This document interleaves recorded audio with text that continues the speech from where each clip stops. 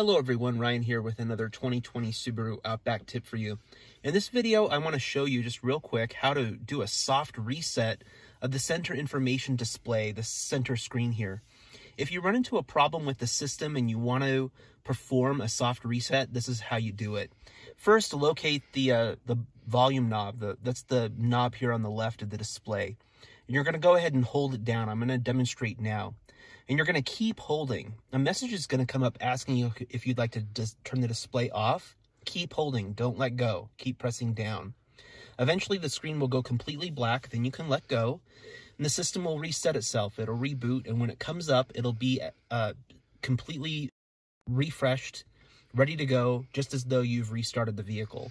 This is a faster way to reset the onboard system if you do run into another problem, rather than turning off and waiting for the system to shut itself off normally.